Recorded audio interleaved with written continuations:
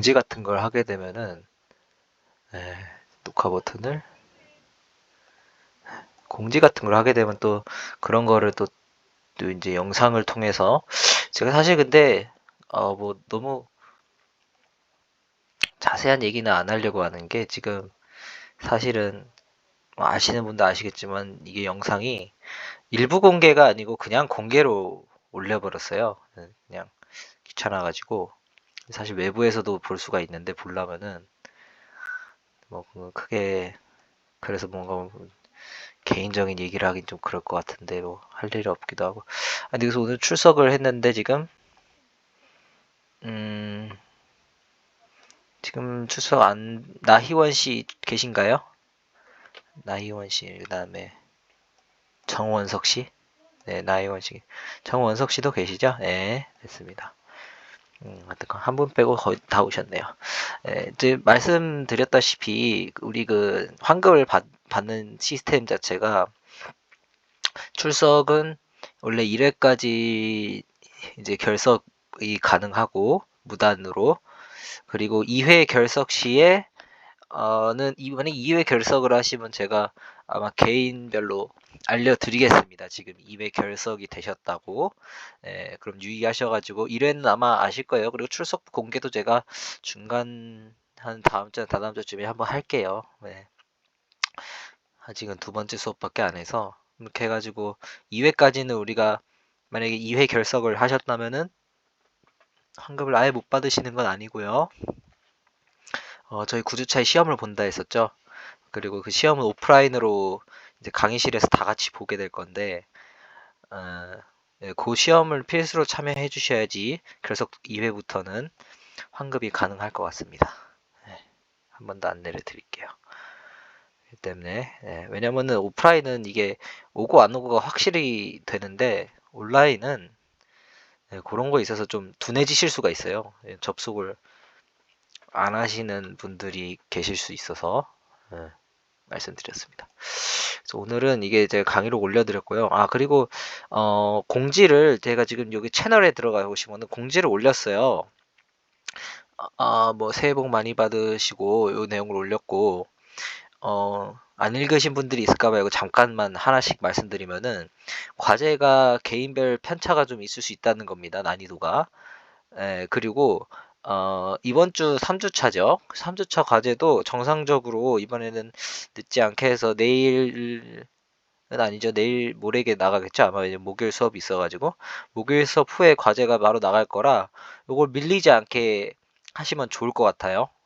물론 뭐 과제가 오래 걸리지는 않아요. 제 생각에는 만약에 이제 복습을 하고 충분히 이해를 하셨으면은 과제 자체가 오래 걸리고 코드가 긴 것 같지는 않은데, 그래도 미루다 보면은 밀릴 수가 있기 때문에. 그리고 과제 제출 자체, 그러니까 제출 자체 판단은 이메일이 저한테 왔나 안 왔나로만 판단을 하거든요.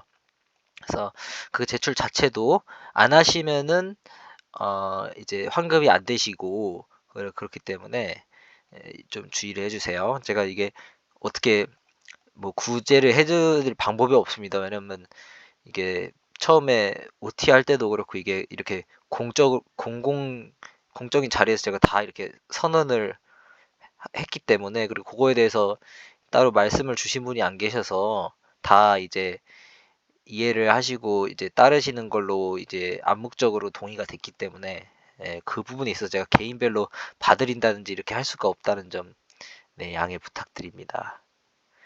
그리고 과제를 제출하시면요, 제가 아직 지금 많이 오진 않았는데, 어, 제가 코드를 읽고 다 피드백을 하나씩 해드릴게요. 그리고 채점도 컴파일을 해봐서 제가 직접 바로 답장을 드리겠습니다. 아직 한 번도 안 보내긴 했어요. 아직 제가 채점을 안 했는데 해서 바로바로 거의 바로 보내드릴 테니까, 네, 그렇게 점수는 그렇게 확인하시면 될 것 같고 이메일로 답장을 보내드릴 거예요. 그리고 제가 강의록은 좀 일찍 어제 새벽에 올렸죠. 그래서 오늘 오시기 전에 한번 읽어보고 오시면 좋을 것 같았어요. 왜냐면 코드가 좀 길기도 하고 앞으로.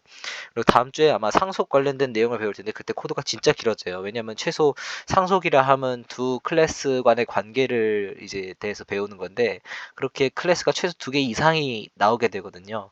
코드가 보통 두 개 이상 넘어가면은 거의 100줄 넘는다 봐야 되겠죠? 근데 그 예제를 제가 100줄을 이제 뭐 예제마다 계속 설명하는 거는 좀 무리가 있겠죠? 시간 관계상.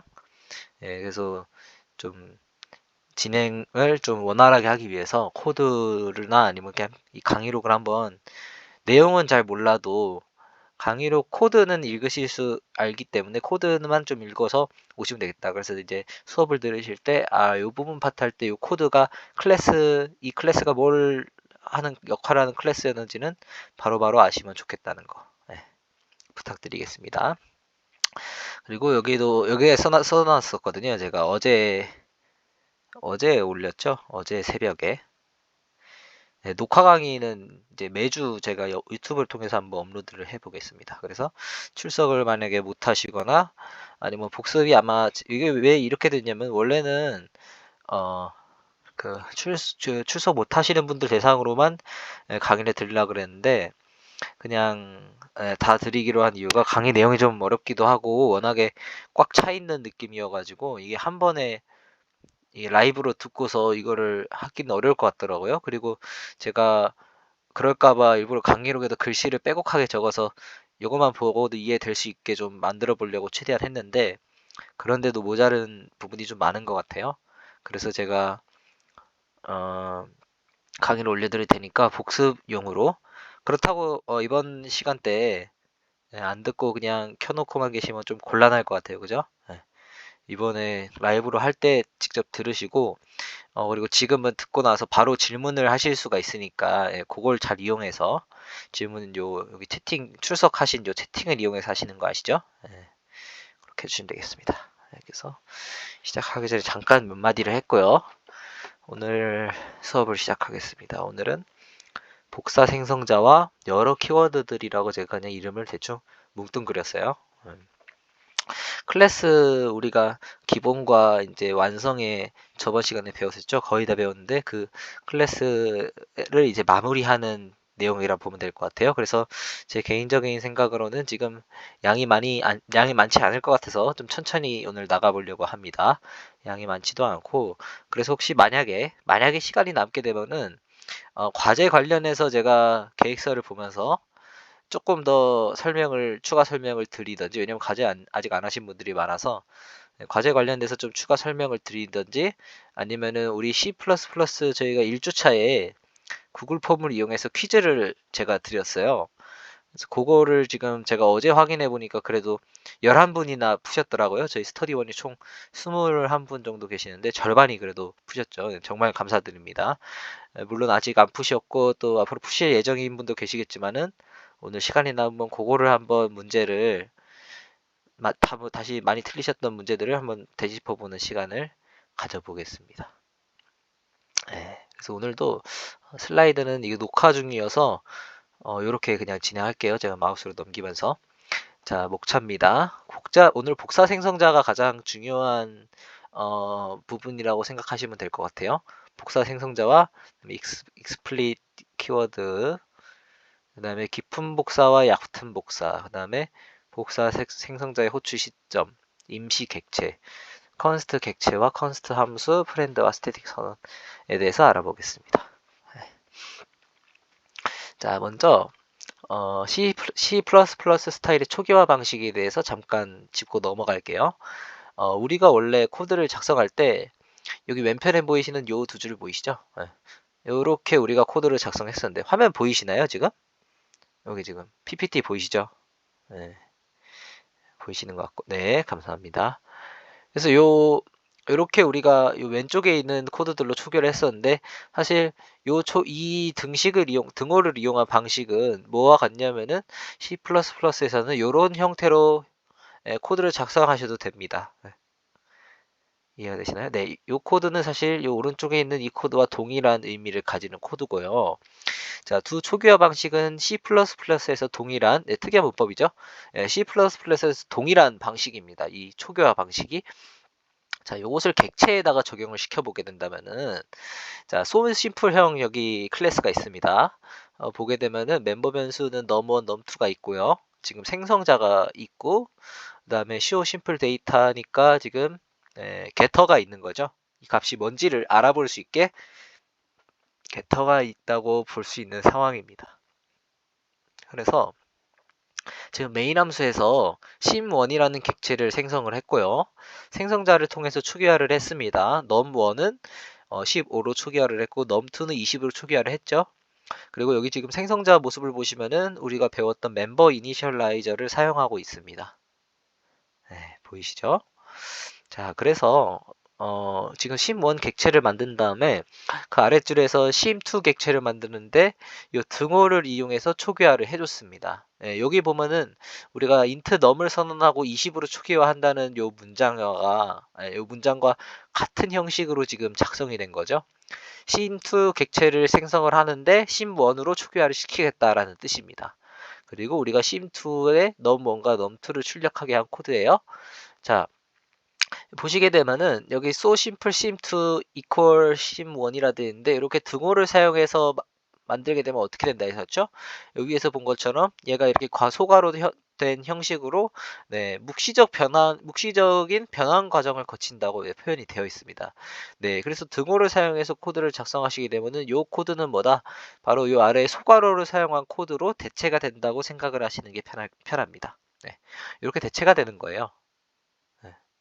자, 그리고 이와 같이 작성하게 되면은 이거는 초기화를 위한 코드이기 때문에 심2 객체가 심1 객체로 초기화가 된다는 뜻이겠죠? 다시 말해서 뭐다?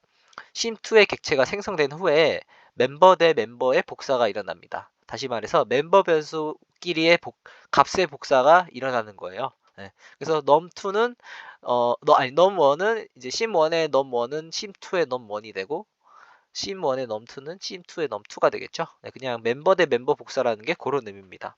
멤버 변수끼리 이름이 같은 멤버 변수끼리 값이 복사가 된다는 뜻이에요. 자, 근데 이렇게 해서 객체를 생성하게 되면 중요한 점이 하나 있죠. 바로 모든 객체는 제가 저번 시간에 배웠던 내용이죠. 모든 객체는 생성자의 호출이 반드시 필요로 합니다. 그리고 생성자는 객체 호출 시에만 이제 불러지는 함수였죠. 특별한 함수였는데 심2는 그러면은 이렇게 대입을 이용해서 복사를 하는 식의 이런 형태를 했는데 이런 경우에는 어떤 생성자가 불려지냐? 네, 그거의 존재가 바로 복사 생성자라는 겁니다. 오늘 배울 내용이거든요. 그러니까 무슨 말이냐면은 여기 위에 있는 클래스를 보시게 되면은 생성자가 지금 하나 정의돼 있고 그 생성자는 지금 매개 변수 두 개를 지금 다시 말해서 인자 두 개를 지금 필요로 하고 있잖아요. 예. 그럼 이런 요 생성자 하나만 지금 정의가 되어 있는데 요 복사 생성자는 도대체 어디서 어떤 생성자 얘를 부르는 건 당연히 아니겠죠. 왜냐면 얘는 인자를 필요로 하니까. 근데 얘는 지금 인자로 뭘 받고 있나요? 그죠? 보시게 되면은 심2라는 지금 객체를 생성할 때 인자로 소심플형의 심1 객체를 인자로 받고 있는 형태가 됩니다. 요걸 바로 복사 생성자라고 하는 거예요. 네. 네, 요 코드에선 복사 생성자가 지금 정의가 되어 있지 않습니다. 다음 볼게요. 네. 여기에 이제 복사 생성자에 제가 원형을 적어놨어요. 전에 있던 코드를 참고해서 소심플형 복사 생성자인데요. 매개 변수를 보시게 되면은 네, 보이시나요? 네, 소무 심플형을 지금 매개 변수로 받았는데 객체를 참조로 받았죠. 네, 참조형으로 받았고요. 그 객체의 이름은 커피라고 제가 설정을 한 거고 컨스트 선언을 했기 때문에 우리가 이 복사하려는 대상의 값의 변경을 막습니다. 네. 그리고 그 뒤에는 이니셜라이저로 이렇게 설정이 되어 있는 게 네, 복사 생성자예요. 다시 말해서 멤버 대 멤버의 지금 복사를 진행하고 있죠. 커피 num1이 이제 num1이 되고 커피의 num2가 지금 새로 만들려는 객체의 num2가 되고 네, 이렇게 진행이 됩니다. 그리고 이 코드 자체를 이제 복사 생성자라고 하는 거고요. 우리가 그 전에 생성자를 배웠을 때 따로 이렇게 복사 생성자를 분류해서 배우는 이유는 이 생성자 이름이 또 다르게 있는 거죠. 네, 생성자의 정의 형태, 요 매개 변수라든지 이런 형태가 특이한 게 아니고요. 바로 호출 시점이 일반 생성자와 다르다는 점에서 우리가 따로 일반 생성자와 다르게 이제 빼내서 짚고 넘어가야 되는 이유입니다. 호출 시점이. 일반 생성자는 우리가 객체를 생성할 때 호출을 했었죠. 근데 이 복사 생성자는 생성자임에도 불구하고 객체가 생성될 때뿐만 아니라 다른 경우에서도 이 복사 생성자의 호출이 일어나기 때문에 네, 그거를 잘 이제 캐치를 하는 게 오늘 수업의 포인트라고 생각하시면 될 것 같아요. 그리고 여기 한마디 적어놨죠. 컨스트 선언을 통해서 복사 원본의 변경을 방지합니다. 바로 복사의 개념 유지라는 건데 단순한 말이에요. 우리가 복사를 한다는 거는 원본과 똑같은 형태로 카피를 하는 건데 그 복사하는 과정에서 원본이 변경되면은 이건 성공적으로 카피한 상황이 아니겠죠. 원본의 변경을 막아야 합니다. 그렇기 때문에 복사의 개념을 유지하기 위해서 그렇게 진행이 된다는 거, 컨스트 선언을 해줘야 된다는 거. 그럼 여기 샵으로 제가 또 체크를 하나 해놨는데 매개 변수에 보게 되면 지금 end로 돼 있어서 요건 지금 참조자로 받겠다는 의미죠. 우리가 첫 시간에 배웠던 참조자. 네, 참조자 선언을 해놨는데 요 참조형으로 end 선언이 없다면은 이거 좀 지금 이해하실 수 없을 텐데 바로 복사 생성자의 호출이 무한 루프에 빠지는 경우가 생기게 됩니다. 근데 요거는 사실 컴파일러나 이런 이 개발 환경 자체에서 에러로 처리를 해서 무한 루프에 빠질 일은 없어요. 근데 어, 무한 루프에 빠지게 되는 결과를 원래 만듭니다. 근데 보통 같은 경우는 컴파일 에러가 난다고 생각하시면 돼요. 네. 그래서 복사 생성자는 꼭 엔드를 해야 된다. 엔드가 없다면은 바로 무한 루프에 빠지게 된다. 왜 무한 루프라는 말을 사용했는지는 바로 좀 이따가 바로 배울 수 있게 됩니다. 네. 자, 그리고 디폴트 복사 생성자. 우리가 생성자와 소멸자를 배웠을 때 굳이 정의를 해주지 않는다면은 디폴트 생성자와 디폴트 소멸자가 들어간다고 했었죠, 자동으로. 마찬가지로 복사 생성자도 디폴트 복사 생성자가 따로 정의하지 않게 되면은 바로 삽입이 되게 됩니다. 그래서 우리가 전에 봤던 요 코드에서 이런 대입 연산을 진행했을 때 바로 복사가 되는 이유가 디폴트 복사 생성자 덕분이라는 겁니다. 자, 그래서 따로 정의하지 않을 시에 멤버 대 멤버의 복사를 진행하는 디폴트 복사 생성자가 자동으로 삽입이 됩니다. 그래서 우리가 그전 이제 수업에도 마찬가지로 비교했던 것처럼 이 왼쪽에 있는 클래스와 오른쪽에 있는 클래스의 정의가 완전히 동일하게 됩니다. 코드상의 차이점은요, 바로 복사 생성자를 지금 코드로 작성을 했냐 안 했냐 차이인데요. 복사 생성자의 형태가 지금 멤버 대 멤버 복사를 진행하는 디폴트 복사 생성자의 형태와 동일합니다. 바로 객체를 인자로 받은 다음에 멤버 변수의 값만 지금 멤버 이니셜라이저로 복사를 하고 있는 형태. 네, 이 형태가 바로 디폴트 복사 생성자예요. 그 말은 뭐냐? 이 형태 말고도 우리 사용자가 다양하게 복사 생성자의 형태를 정의할 수 있다는 말입니다. 자, 그러면은 우리가 생각을 해봤을 때 단순히 복사 생성자를 사용하는 경우는 멤버 대 멤버의 복사만 이루어지면 될 것 같은데 그럼 굳이 내가 직접 복사 생성자를 정의할 필요는 없겠구나 이렇게 생각을 하실 수가 있어요. 자, 보통 맞습니다. 보통 이 디폴트 복사 생성자가 사용되기 때문에 우리가 따로 복사 생성자를 정의해야 될 필요는 보통 없어요. 근데 그 중에서 반드시 정의해야 되는 경우가 존재하기 때문에 우리는 그 경우에 대해서 배우게 됩니다. 그리고 그 경우가 사실은 상당히 중요한 경우예요. 네, 바로 배우게 될 거예요. 이 키워드가 하나 있습니다. 이게 explicit인가요? 네, explicit인가요? 네. 요 키워드인데 얘는 뭐냐면은 바로 생성자의 요 키워드를 선언하게 되면은 묵시적인 변환을 막아 대입 연산자를 통한 객체의 생성 및 초기화를 불가능하게 하는 키워드입니다. 말이 좀 어려운데요. 어렵지 않은 내용이에요, 전혀. 네, 코드를 보시게 되면은요. 지금 so simple형 클래스가 있는데 지금 멤버 변수로 num 하나만 있죠. 네.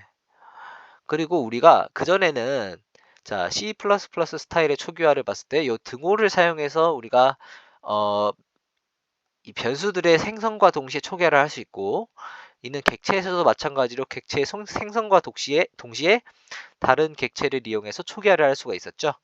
그리고 그 초기화 방법에는 문법상으로 두 가지 방법이 있다고 했어요. 이렇게 등호를 사용해서 하는 방법이나 소괄호를 사용해서 하는 방법이 있는데 등호를 사용하게 되면 묵시적인 변환 과정, 그러니까 따로 명시적이지 않다는 소리죠. 네, 변환 과정을 거쳐가지고 알아서 이 코드로 이제 사용을 하는 건데 컴파일러가 이 키워드를 사용하게 되면은 바로 이 등호를 사용한 복사 생성자의 호출을 막습니다. 네, 그래서 생성자를 지금 이 키워드를 생성자 앞에다가 정의를 하게 되면요. 객체가 생성될 때 등호를 사용해서 복사를 이용한 객체 생성이 불가능하고요.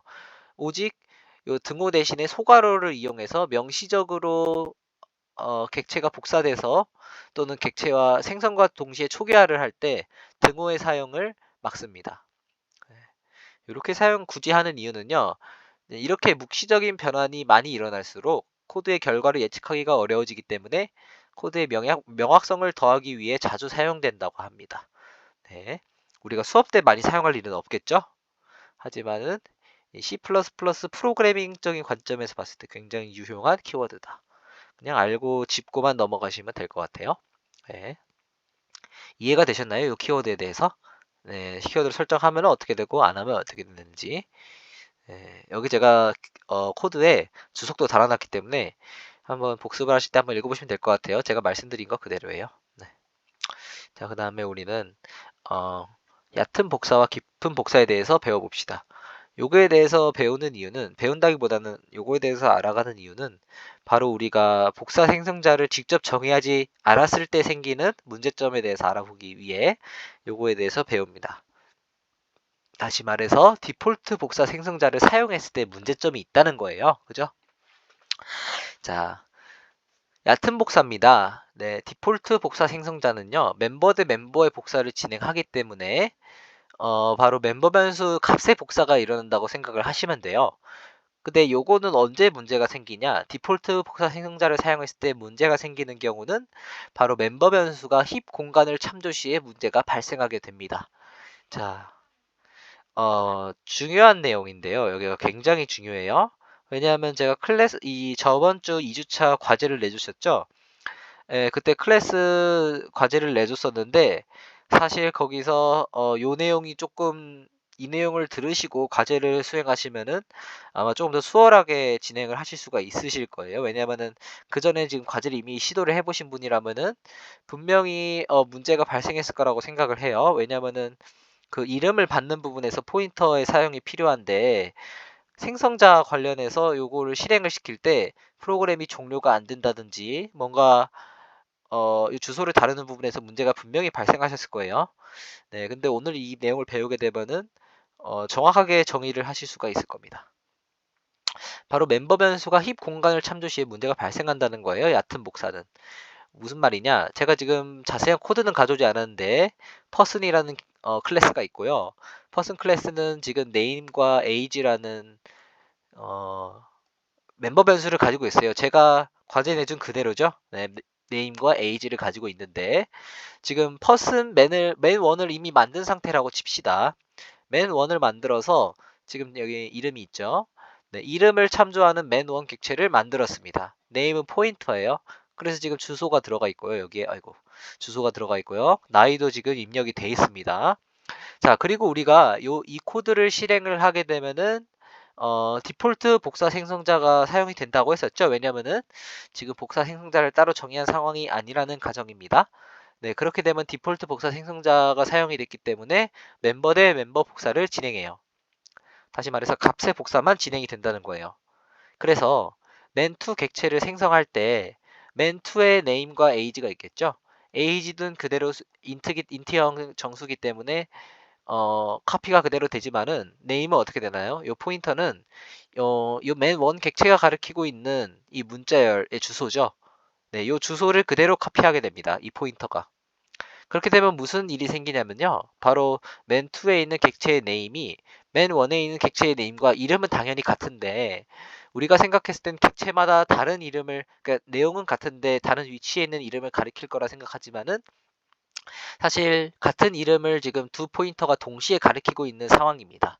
네.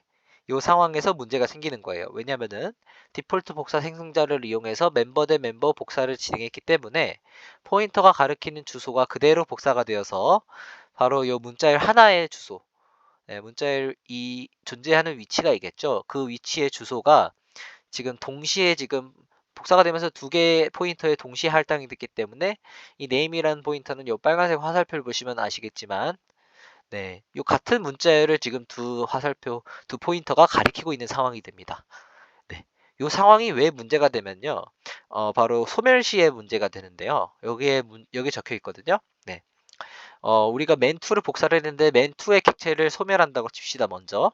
네. 그렇게 되면은 소멸자에 의해서 우리가 소멸자에 대해서 공부를 했었죠. 소멸자는 객체 소멸 시에 자동으로 호출되는 함수인데 소멸자에서는 바로 무조건 해줘야 될 것이 동적 할당된 메모리를 해제를 해줘야 되는 상황이 된 거죠, 지금.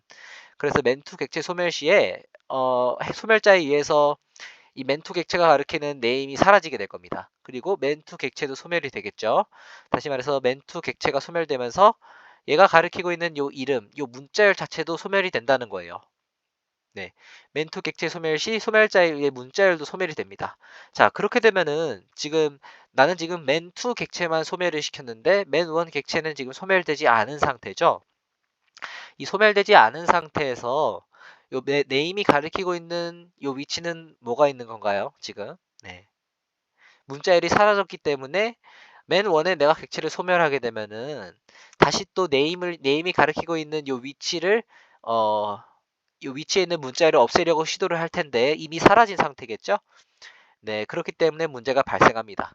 물론 맨1 객체를 소멸시키지 않고서라도 맨1의 네임을 불러오게 되면은 에러가 발생을 하게 되겠죠. 왜냐면은 얘가 가리키고 있는 문자열은 맨2 객체가 소멸될 때 같이 소멸된 문자열입니다. 왜냐면은 두 객체가 같은 문자열을 가리키고 있었기 때문이에요. 디폴트 복사 생성자를 사용했기 때문입니다. 이해가 되시나요, 여러분? 이 얕은 복사의 문제점에 대해서 이해가 되세요?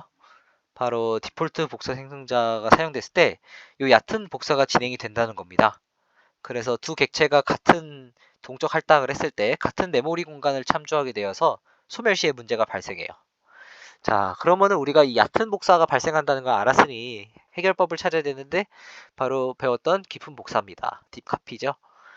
코드를 이렇게 적어놨어요. 방금 전에 있던 퍼슨을 깊은 복사하는 코드예요.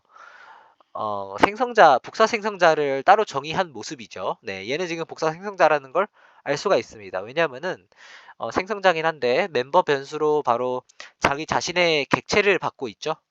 그렇기 때문에 우리는 요거를 봤을 때 복사 생성자의 형태라고 추론을 할 수가 있어요. 이 복사 생성자는 지금 무슨 일을 하냐? 에이지는 지금 멤버 대 멤버 복사를 다시 말해서 얕은 복사를 진행했습니다. 그쵸? 얘는 굳이 깊은 복사를 진행할 필요가 없겠죠? 값만 필요하기 때문에 멤버 이니셜라이저로 멤버 대 멤버 복사만 진행을 했고요. 함수 몸체 안에서 우리가 뭘 했냐면은 동적 할당을 시킨 거예요. 네. 자, 요게 바로 과제에서 할 때 요 비슷한 코드가 작성이 됐을 겁니다, 아마. 과제 하신 분들 아실 테고, 안 하신 분들도 물론 이 내용을 보고서 과제를 하시는 건 아니고요. 그게 제가 과제 계획서에 써놨는데 저번 PPT의 그 마지막 부분 예제였나? 네, 마지막에서 좀 전이었던 것 같은데 거기 예제를 보시게 되면 그 예제랑 거의 동일한 형태로 과제가 나갔으니까 네, 그 부분 좀 자세하게 탐구해 보시고 과제를 하시면 될 것 같아요. 여튼 형태는 이거랑 비슷한 형태입니다. 보게 되면은 동적 할당을 복사 생성자 자체에서 진행을 시킨 거예요. 이렇게 되면은 네임은 동적 할당을 이용했기 때문에 이렇게 얕은 복사를 통해서 같은 문자열을 가리키는 게 아니고 카피가 되면서 에이지는 그대로 숫자로 단순히 카피가 됐지만은 네임은 어떻게 됐다? 이 맨1이 가리키는 객체의 문자열과 맨2가 가리키는 객체의 문자열이 따로따로 생기게 되는 겁니다. 네, 내용은 같겠죠. 복사기 때문에 이 값은 문자열의 내용은 같겠지만은 서로 위치가 다른 두 개의 같은 문자열이 생기는 거예요. 그리고 그 문자열을 각각 가리키기 때문에 맨2 객체가 사라질 때 맨1 객체가 가리키고 있는 네임이 사라질 우려를 하지 않아도 되겠죠. 왜냐면은 맨2 객체가 가리키고 있는 네임과 맨1이 가리키고 있는 네임이 다른 네임이기 때문입니다. 내용은 같아도 위치가 다른 문자열이 되는 거예요. 바로 동적 할당을 새로 해준 거기 때문에 새로 메모리 공간을 new를 통해서 새로 동적 할당 메모리를 통해 가지고 이 값만 스트링 카피 함수를 통해서 값만 복사를 진행한 거죠. 예. 자, 바로 이게 깊은 복사입니다. 이해가 되셨나요? 네, 그래서 앞에 우리가 디폴트 왜 복사 생성자는 굳이 정의하지 않아도 되냐 요거에 대해서 얘기를 해봤는데 복사 생성자를 정의해야 될 때는 바로 요럴 때입니다. 깊은 복사가 필요할 때는 복사 생성자를 꼭 정의를 해 주셔야지 이런 얕은 복사가 일어나서 에러가 나지 않아요. 요걸 참고해 주시면 될 것 같아요. 예. 중요한 내용입니다. 얕은 복사와 깊은 복사에 대해서. 아마 파이썬 수업을 들으신 분들은 아시는 내용일 거예요. 그때도 리스트의 멤버를 복사하는 과정에서 리스트 안에 리스트가 있을 때나, 왜냐면 거긴 포인터가 없기 때문에, 포인터가 없기 때문에 리스트 안에 리스트를 복사할 때 아마 제가 문제가 생겼던 걸로 기억이 나거든요. 네, 딥카피 함수를 썼던 것까지도 기억이 나는데, 네, 여기서는 이런 형태입니다. 네, 얕은 복사와 깊은 복사. 이해가 되셨나요? 질문이 있으시면은 우리가 출석 불렀던 요 채팅에다가 편하게 올려주시면 될 것 같습니다. 전혀 질문에 대해서 답하고 질문을 중간에 하시는 게 전혀 흐름을 끊는 것도 아니고요. 수업이기 때문에 당연히 질문이 사실은 있어야 되는 건데 없다고 저는 생각을 하고 있거든요. 자, 이해가 되셨다고 생각을 하겠습니다. 자, 그리고 다음은 바로 복사 생성자가 호출되는 시점. 네, 얕은 복사와 깊은 복사 다음으로 우리 수업의 또 핵심 내용 중에 하나입니다. 오늘 이번 주 수업에 복사 생성자가 호출되는 시점에 대해서 우리가 공부를 해볼 건데요. 왜냐면은 제가 이거 복사 생성자를 왜 따로 배우는지도 말씀드렸었죠. 기존 생성자랑 다르게 호출되는 시점이 다르다고 제가 말씀을 드렸습니다. 그래서 복사 생성자가 호출되는 시점에 대해서 한번 하나씩 짚고서 넘어갈게요. 크게 세 가지 케이스가 있습니다. 첫 번째 케이스는 기존의 객체를 이용해서 새로운 객체를 초기화하는 케이스입니다. 우리가 좀 전에 배웠던 내용이에요. 저기 이제 여기 코드를 적어놨죠. 맨2를 맨1을 이용해서 생성과 동시에 초기화를 시키려고 할 때, 네, 요 코드죠. 네, 요때 바로 복사 생성자가 호출이 된다는 겁니다. 우리 요거에 대해서 배웠어요. 그쵸? 자, 케이스 두 번째는 call by value 방식의 함수 호출 과정 중 객체가 인자로 전달될 때 바로 복사 생성자가 호출됩니다. 예.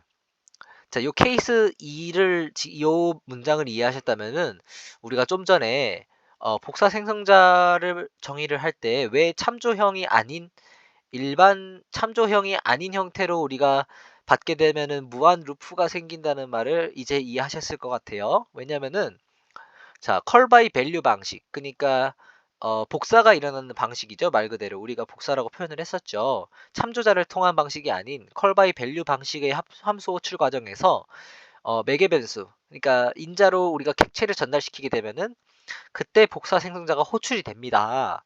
그래서 이렇게 지금 복사 생성자의 형태가 있죠.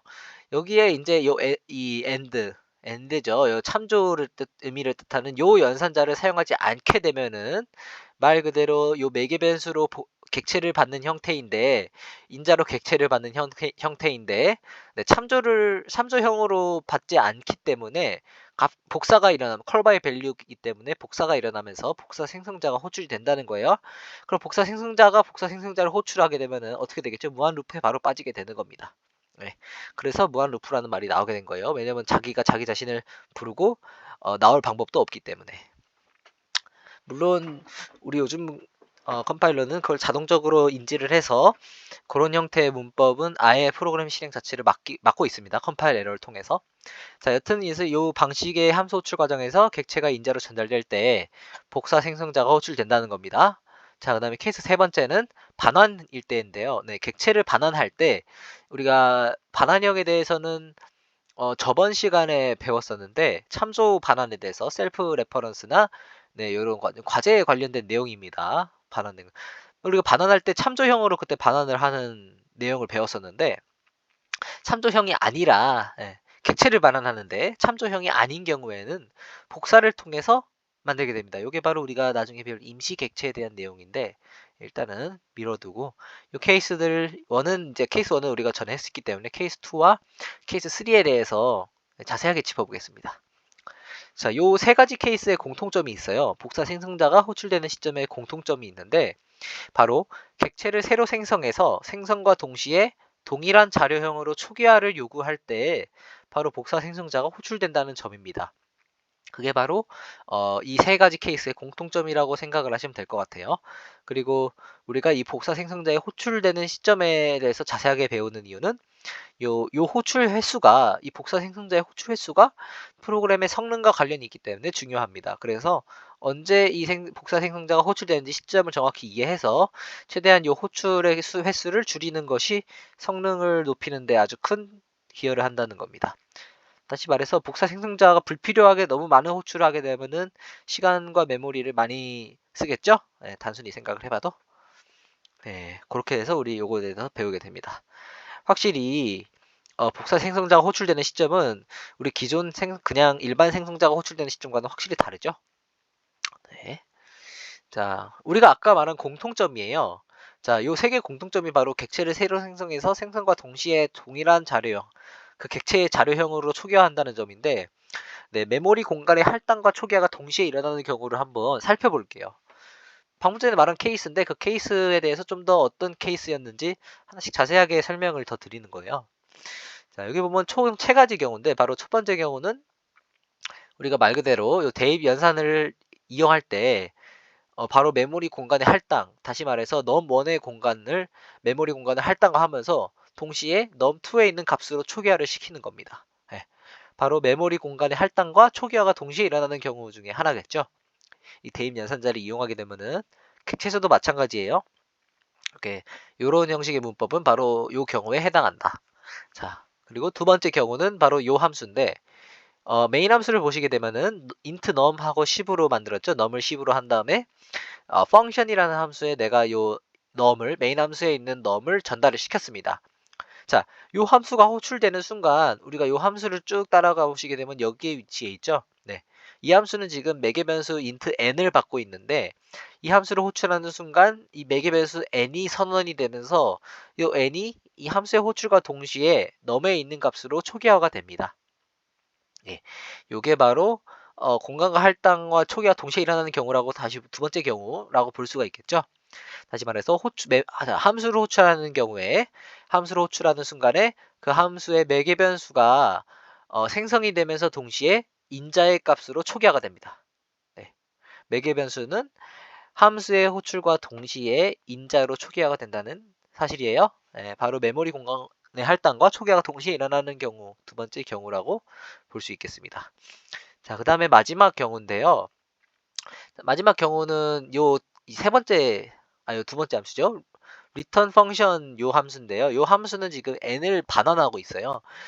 무슨 일이 있었는지는 모르겠지만은, 네, 매개변수 n을 받아서 다시 그 n을 리턴을 해야 되는 상황인데, 이 반환을 하는 과정에서 메모리 공간과 할당과 초기화가 동시에 일어납니다. 자, 무슨 말이냐면요. 바로 여기 아래에 있는 코드를 보시면 될 것 같아요. 지금 cout을 통해서 내가 요 함수의 이 함수의 반환값을 출력을 하고 싶은 상황이에요. 그쵸? 그래서 요 함수의 반환값을 이용해서 이 반환값을 바로 출력하기 위해서 요 코드를 작성했습니다. 근데 요 코드는 정상적으로 작동이 되는 코드예요. 요 함수에서 어떤 일이 일어나는지 모르겠지만은 요 함수가 반환하는 값을 그대로 출력하라는 코드인데 바로 문제점이 여기에 있습니다. 요 세 가지 경우 중에 마지막 경우를 주의를 해주셔야 되는데 반환되는 값을 어딘가에 저장을 해야지 cout으로 출력이 가능하겠죠. 그러니까 cout으로 출력하려면은 출력 대상이 메모리 어딘가에 존재를 해야 되는 상황입니다. 그렇기 때문에 걔를 찾아서 출력을 할 수 있는 건데요. 메모리 어딘가에 존재를 해야 되기 때문에 이 함수가 지금 n을 리턴한다 했잖아요. 요 n을 리턴함과 동시에 이 n의 값을 어떤 메모리에 있는 한 공간에다가 이 리턴 값을 저장을 하게 됩니다. 네. 요 과정에서 공간의 할당과 초기화가 동시에 일어난다고 생각을 하시는 거예요. 네, 값의 출력을 위해서 이 리턴을 할 때 리턴되는 값이 메모리의 어느 공간에 저장이 된다고 생각을 하시면 돼요. 임시로. 자, 그래서 함수가 값을 반환하면은 지난 글씨로 써놨습니다. 함수가 값을 반환하면은 별도의 메모리 공간이 할당되고 이 공간에 반환값이 저장이 됩니다. 다시 말해서 저장이 된다는 것은 반환값으로 초기화된다는 뜻이겠죠. 네. 요 세 가지 상황이 있는데 요 세 가지 상황은 객체를 대상으로 해도 달라지지 않는다고 제가 지금 여기 써놨죠. 바로 그 세 가지가 복사 생성자가 호출되는 시점과 동일합니다. 요 케이스 1, 2, 3를 바로 이렇게 나타낸 거예요. 케이스 1, 케이스 2, 케이스 3입니다. 네, 이해가 되시나요? 메모리 공간의 할당과 초기화가 동시에 일어날 때 복사 생성자가 호출이 된다. 자, 그럼 우리가 메모리가 아니고 첫 번째 경우에 대해서 배웠기 때문에 케이스 2와 케이스 3에 대해서 자세하게 짚어보겠습니다. 네. 아직 괜찮죠? 진도가? 네. 자, 케이스 2입니다. 여기서부터 코드가 좀 있는데, 자, 케이스 2 객체가 인자로 전달되는 상황이에요. 여기 이제 클래스를 보시게 되면은 소심플이 있고요. 멤버 변수로 num을 가지고 있고, 멤버 함수에는 생성자가 있고요. 복사 생성자가 있고요. 그 다음에 show data라는 이 함수가 있습니다. 지금 보면 get터의 역할을 하고 있다고 생각하시면 될 것 같아요. show data가 있고요. 그 다음에 simple function object라는 요 함수가 있고요. 요 함수는 지금 인자로 뭘 받는다? 바로 객체를 받고 있는데, 요 인자로 객체를 받는데 제가 참조형으로 받지 않고 있기 때문에 바로 call by value 형식으로 받고 있기 때문에 여기서 복사 생성자가 호출이 된다는 뜻이에요. 자, 메인 함수를 집중해서 봐주세요. 지금 obj라는 지금 객체를 만들었습니다. 그리고 생성자를 통해서 num을 7로 초기화한 거예요. 그 다음에 우리가 함수 호출 전이라는 의미를 주기 위해서 얘를 출력했습니다. 함수 호출 전. 출력 결과도 같이 보시면 돼요. 함수 호출 전. 그 다음에 내가 함수 호출을 했습니다. 이 함수 simple function object라는 함수 호출을 함과 동시에 무슨 일이 생기냐. 바로 이 함수의 지금 매개 변수가 지금 객체 형태죠. 소심플 형이죠. 이 매개 변수가. 이 ob라는 객체가 생성이 됩니다. 매개 변수가 생성이 되는 거죠. 이 객체가 생성이 되면서 동시에 obj라는 지금 객체를 인자로 받고 있기 때문에 이 매개 변수 ob 객체가 인자 obj 객체로 초기화가 되는 거예요. 이해가 되시나요? 네, 객체가 인자로 전달되는 상황입니다. 그래서 이 매개 변수 객체 ob가 생성이 됨과 동시에 obj 객체로 초기화가 되면서 뭐가 불려진다고요? 바로 복사 생성자가 불려지게 됩니다. 그래서 복사 생성자가 우리가 불려짐을 알 수 있게 복사 생성자의 몸체에다가 called so simple 하고 복사 생성자가 불려졌다라고 지금 알려주고 있어요. 그래서 함수 호출 전, 그다음에 함수 호출을 한과 동시에 복사 생성자가 불려지고, 그다음에 복사 생성자가 불려진 후에는 함수가 저절로 실행이 되겠죠. 이 함수의 역할은 뭐냐면은 ob 객체의 num을 출력하라는 겁니다. 그죠? ob의 넘버를 출력하라는 지금 함수인데, 그렇기 때문에 ob 객체는 만들어지고 지금 ob의 num을 출력하라는 건데 ob는 지금 obj를 복사한 형태죠. 그렇기 때문에 obj도 num이 7이었기 때문에 ob도 num이 7이 됩니다. 그래서 ob의 num을 출력하게 되면은 num은 7이 나오고요. 그렇죠? 그 다음에 함수가 종료가 됩니다. 리턴 값도 없어요, 얘는.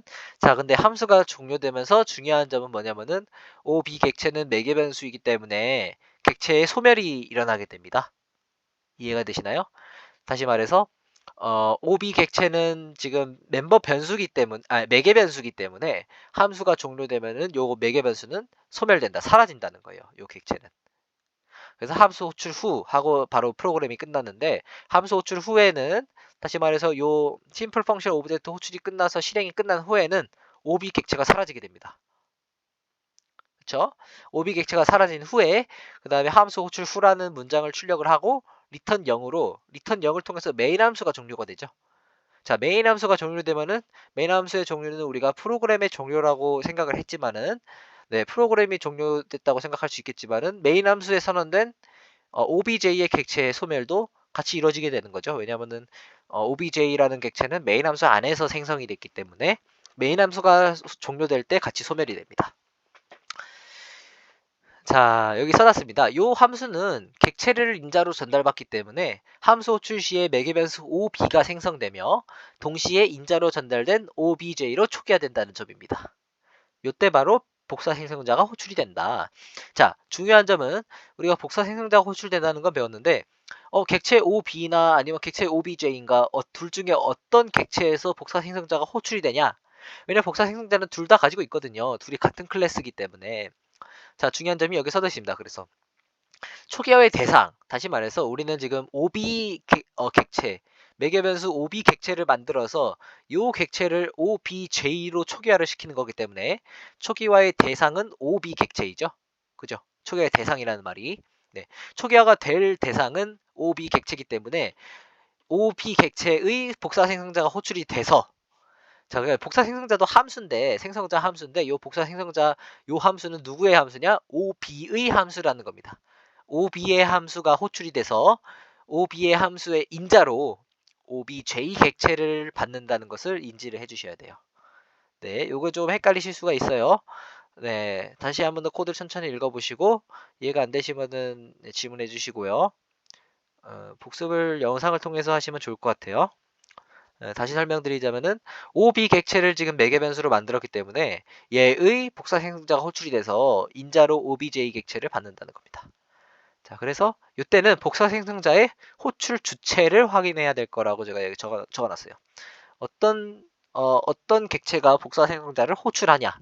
네, 요 복사 생성자를 호출한 객체는 바로 요 멤버 변수다. 멤버 변수의 객체가 복사 생성자를 호출했다라고 생각하시면 될 것 같아요.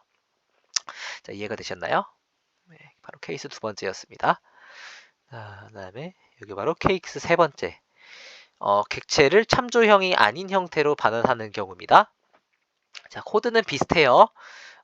so 심플 형이고요. num 한 개를 가지고 있고 기본 생성자와 복사 생성자를 전 슬라이드와 동일하게 정의를 했습니다. 그 다음에 여기는 add num이라는 함수가 정의되어 있어요. 네, add num이라는 함수는 우리가 배웠던 대로 참조를 반환하고 있습니다. 그죠?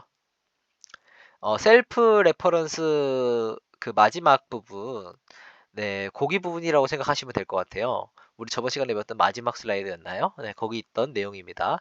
셀프 레퍼런스를 하는 부분인데, 디스포인터가 가리키는 객체를 반환함으로써, 다시 말해서 자기 자신을 참조하는 참조의 정보를 반환한다고 제가 말씀을 드렸어요.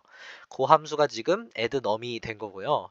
그 다음에 show data는 get터고요. 그 다음에 simple function object, 여기 같은 함수가 있는데 얘는 지금 OB 객체를 지금 인자로 받으면서 그 받은 객체를 그대로 리턴을 하고 있습니다.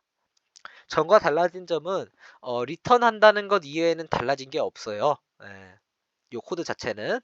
자, 그리고 메인 함수를 보시게 되면은 또 다시 num이 7이라는 OBJ를 형성했고요. 객체 하나를 생성을 했고, 그 다음에 요 객체에다가 simple function object라는 함수를 호출한 뒤에, 그 다음에 이 멤버 함수를 그 뒤에 쭉쭉 이어 붙이는 방식으로 코드를 작성했죠. 네, 이렇게 작성할 수 있었던 이유는 바로 이렇게 객체를 반환한다든지, 네, 참조형을 반환했기 때문에 이렇게 쓸 수가 있는 거예요. 자, 요게 조금 어렵습니다. 네, 요거 설명하고 쉬는 시간 할게요. 자, 출력 결과를 보시오라 되어 있네요. 네, 출력 결과를 보시오. 여기 지금 출력 결과가 있는데 요걸 이해하기가 조금 어려울 수 있습니다. 제가 여기 하나하나 설명을 드렸어요. 자, 첫 번째. 객체를 인자로 전달했기 때문에 복사 생성자를 한번 호출하게 됩니다. 첫 번째 지금 복사 생성자를 호출했다고 지금 말하고 있죠.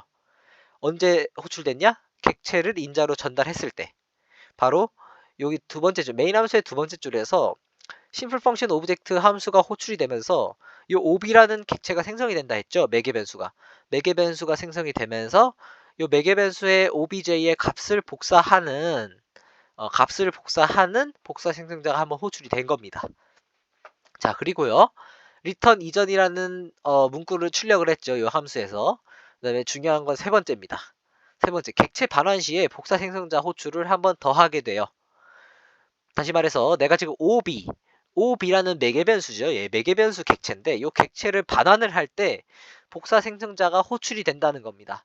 자, 요거가 왜 복사 생성자가 호출되냐고 물어보신다면은 우리가 그 전에 여기서 배웠었죠.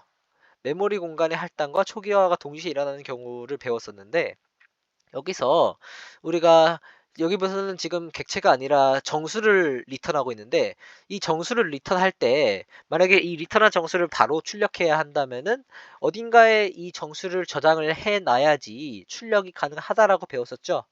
그렇기 때문에 이것과 동일하게 생각하시면 돼요. 리턴한 값이 바로 메모리 어딘가에 자동으로 저장을 하게 된다. 임시로. 바로 이 출력을 하기 위해서 임시로 저장된다라고 생각하시면 됩니다. 네, 요 세 번째 경우, 요 경우와 마찬가지예요. 네, 값을 반환할 때 별도의 메모리 공간이 할당되고 이 공간에 반환값이 저장된다.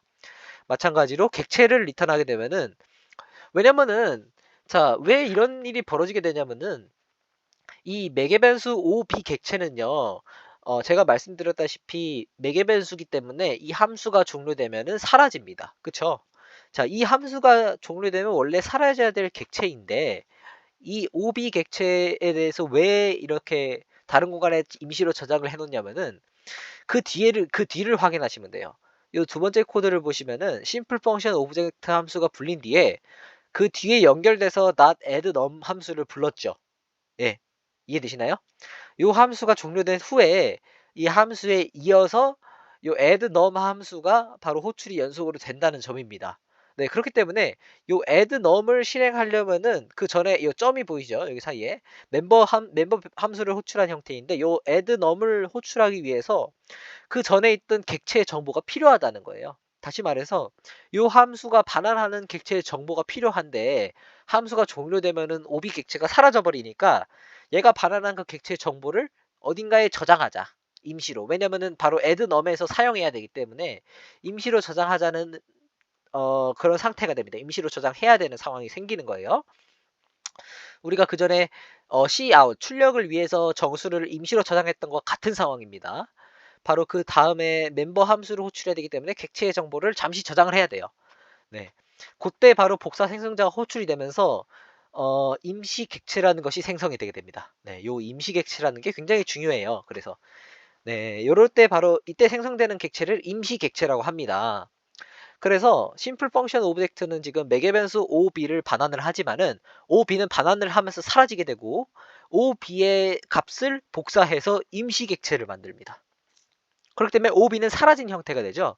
자, 여기까지 여기 OBJ까지 지금 여기 펜을 쓸 수가 있나요? 잠시만요. 펜. 자, 여기까지 실행을 한 경우가 바로 여기까지 실행을 했을 때 OB는 사라지게 되고요. 왜냐면은 요 함수가 종료됐기 때문에 OB는 사라지게 되고 요 자리에 바로 임시 객체가 오게 된다는 겁니다. OB의 값을 복사한 임시 객체가 바로 생성이 되기 때문에 바로 복사 생성자가 그래서 호출이 된다는 거예요. 임시 객체에 반환한 매개 변수의 정보를 임시 객체에다가 복사를 하는 겁니다. 자, 그래서 임시 객체가 반환되는 거는 이제 OB의 정보지만은 임시 객체가 새로 생성이 된 거죠. 자, 그럼 임시 객체가 생성이 됐다고 이제 이해를 하셨으면은 그 다음에 이제 add num을 할 텐데 요 add num 30을 더하는 요 멤버 함수가 실행하는 객체의 대상이 뭔가요? 요 30을 어디다 더하는 거예요? 바로 그 전에 있던 요 심플 펑션 오브젝트 요 함수가 이 함수의 반환으로 인해서 생성된 임시 객체에다가 30을 더하는 겁니다. 이해가 되시나요? 그러니까 OB에 더하는 것도 아니고 OBJ에 더하는 것도 아니고 바로 요 함수의 부산물이라는 표현이 있죠. 요 함수가 종료된 이후에 생기는 임시 객체에 30을 더하는 거예요. 여기 4번 내용입니다. 바로 임시 객체에 30을 더한 후에 show 데이터를 호출을 통해서 num이 37이라는 숫자가 나온 거예요. 그죠? 37은 어떤 객체의 num인가요? 바로 임시 객체의 num이 37이라는 겁니다. 자, 그리고 그 다음 줄에서 우리가 한 행동은 OBJ에 지금 num을 호출한 거예요. 그죠? OBJ의 num은 몇인가요? 네, 그대로 7입니다. 우리가 30을 더한 주체는 뭐라고요? 30은 임시 객체에다가 30을 더했기 때문에 객체 OBJ는 num 그대로 7인 거예요. 네. 이해가 되시나요? 임시 객체라는 게 우리가 생성된다는 거를 네, 요 코드를 통해서 알 수 있게 됩니다. 바로 객체를 참조형이 아닌 형태로 반환할 때 임시 객체가 생성이 된다. 네, 그걸 아시면 될 것 같아요. 이해가 되시나요? 그래서 요 출력 결과에 대해서 제가 설명을 이렇게 다섯 줄로 이 실행 순서대로 설명을 해 놓은 겁니다. 네, 이해가 안 되시면 한 번 더 읽어보시면 될 것 같아요. 여기까지 질문 있나요?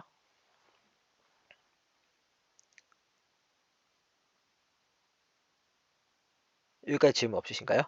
네, 그러면은 아주 잠깐만 쉴게요.